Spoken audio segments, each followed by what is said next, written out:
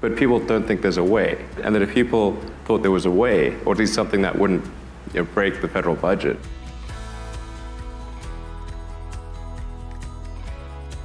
Now is the time to take risk. You don't have kids. As you get older, your obligations increase. And once you have a family, you start taking risk not just for yourself, but for your family as well. It gets much harder to do things that might not work out. So now is the time to do that before you have those obligations. So I would encourage you to take risks now. Do something bold. Focus on signal over noise. A lot of companies get confused. They spend money on things that don't actually make the product better. For example, at Tesla, we've never spent any money on advertising. We put all of the money into R&D and manufacturing and design to try to make the car as good as possible. And I think that's the way to go. For any given company, just keep thinking about, are these efforts that people are spending, are they resulting in a better product or service? And if they're not, stop those efforts. If you're creating a company or if you're joining a company, the most important thing is to attract great people. So either join a group that's amazing, that you really respect, or if you're building a company, you've got to gather great people. I mean, all a company is a group of people that have gathered to create a product or service.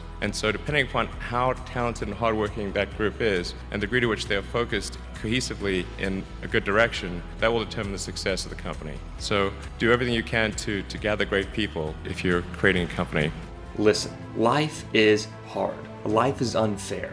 Life is a long, hard, tough journey that we all go through. And a way to make it go so much more smooth, setting out your goals, planning them out, writing them down, saying, this is what I want to accomplish. This is how I'm going to accomplish it. And go out and do it. Accomplish what you write down. Just be focused and driven on those tasks that you have at hand. One of the hardest things to do in life is to be honest. Being honest sometimes can be harder in the short term, but easier for you in the long term because you know what you did was right. But lying, on the other hand, is making it easier in the short term, but significantly harder to deal with in the long term. It's just like a doctor having to tell their patient they're sick and have a terminal illness. The doctor should tell them that, and it's going to be tough, it's going to be hard to hear for that person, but it's better to know that than not know and all of a sudden things start hitting the fan and they can't help you. In your life, you're going to have to go through some tough, hard conversations with people, but those are the conversations that will make you grow so much more and prepare you for your life and your future. The more you have these hard conversations with people, the easier it gets throughout time.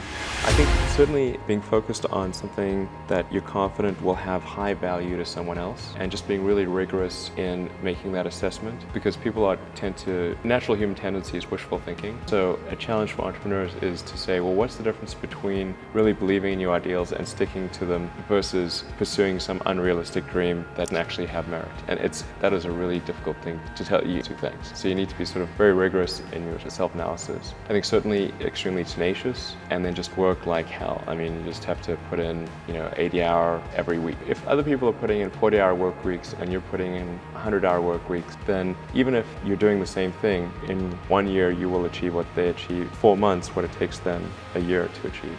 I mean, I think there's like some entropic basis for this. Like, there are many more ways to fail than to succeed. So, I mean, you have to explore, particularly like for a rocket, there's like 1,000 ways a thing can fail and like one way it can work. So you could have a lot of rocket failures to explore all the ways in which it could fail. So one great thing about Silicon Valley is that failure is not a big stigma. So it's like, if you try hard and it doesn't work out, that's okay. Like, you can learn from that and do another company, and it's not a big deal. That's really one of the great things about Silicon Valley. I mean, the company's sort of looking, and even when you've got like a lot of really smart people working super hard to minimize the probability of failure, it's still there. And people have asked me like, well, why are rockets, especially hard? And the part of it is like, everything has to work the first time. Like, you can't do a recall, you can't patch it. It's like 9 minutes to orbit or it's over. And you can never test the rocket completely in the environment that it's actually going to experience. You can't fully recreate something that's moving super fast in a vacuum on the surface of Earth. Like, you can only really recreate that in space.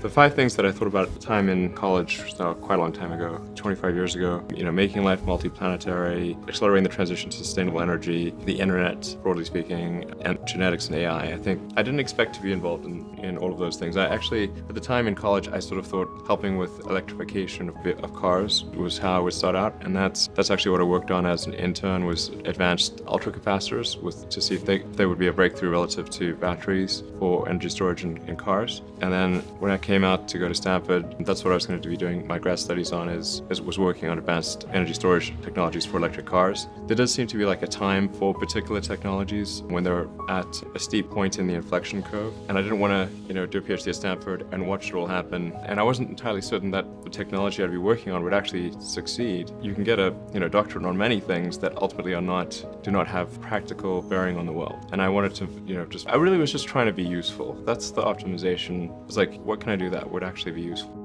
Thank you all so much for watching this video. If you haven't already, please go ahead and like the video, subscribe to the channel if you're new, and let us know what you thought down in the comments section down below.